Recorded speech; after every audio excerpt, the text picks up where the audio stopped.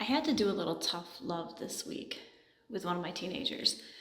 And it's one of those moments, it was really hard because I know it's something they were truly struggling with. Like, you could see the tears welling up in their eyes.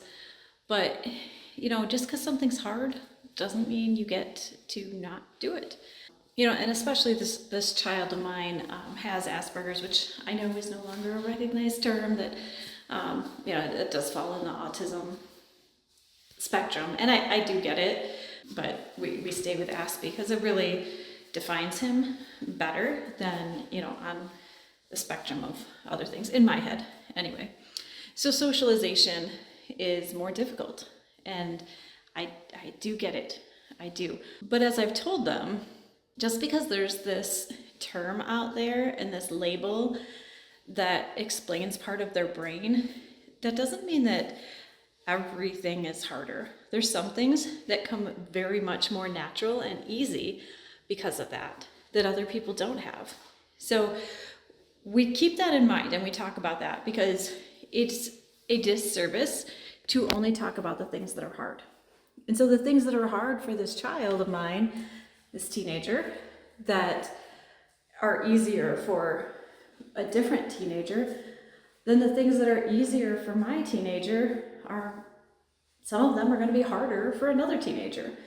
And I make sure to bring that up because it's very easy for a diagnosis or a label to get stuck in their head and to think, this is where I'm different, this is where I might be deficient, this is where I struggle, and then they compare it to others. But the truth is, everybody struggles with something. Whether you put a name on it, whether you put a label on it, everybody struggles with something. So we just happen to know with this child a little more specifically what they're going to struggle with and why. But that doesn't negate that there's also wonderful things for them and things that are harder for somebody without that label and without that diagnosis. So that's something we keep in mind when we have these talks.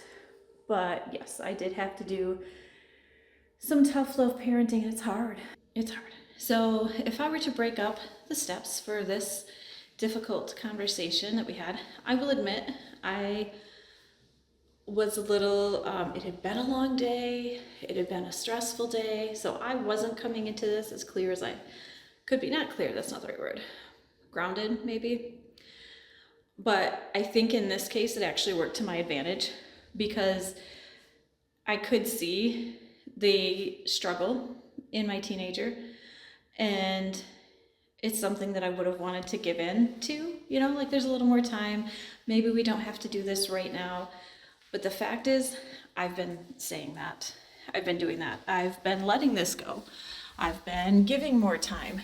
And, it doesn't mean that they get more ready because you give them more time. And that was this case. They haven't gotten more ready with the more time. In fact, honestly, maybe it was a disservice because it gave them more time to not have to face this and more time thinking that they could keep having more time. So that was part of our discussion. You've had time. You've had time to get ready for this. You knew this was coming. And it's a fine line. It is. Parents, I get it. You want to give some grace. You want to give some patience. But you also know that you can't keep doing it or they won't learn. And they'll get a little too comfortable. And then the push that you need to give them needs to be bigger. And that's where we were. And, then I did walk with him through it with my teen. I mean, the next steps, there's still more steps, but the first step, walked through it with them. Okay, so now we need to make a phone call. Phone calls, I don't like phone calls, come on. And I'm of a certain age where I should be okay with it, but I don't like phone calls. So I get that they don't like phone calls.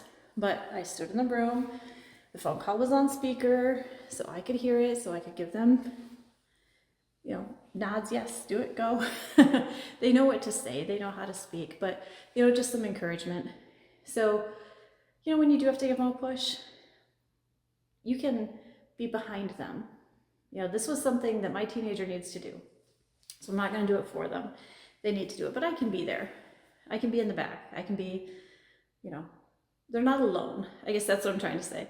And even with this, not alone, I'm here, but you need to do it. We need to keep moving. We need to keep growing. we're not going to grow stagnant by not doing anything. That doesn't help them. That doesn't help us. So I have ventured, anyway, sorry, difficult conversations. Try to be as calm as you can. I was as calm as I probably could have been for that day, for that situation.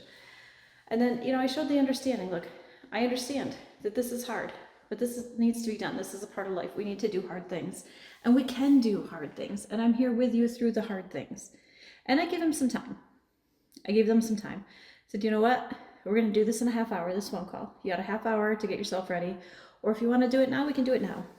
They chose the half hour. I don't know if that actually made them more ready or not. But sometimes, when you're forced into something and you feel unprepared, even if you feel unprepared a half hour later, you don't feel like it's sprung on you. And that's important.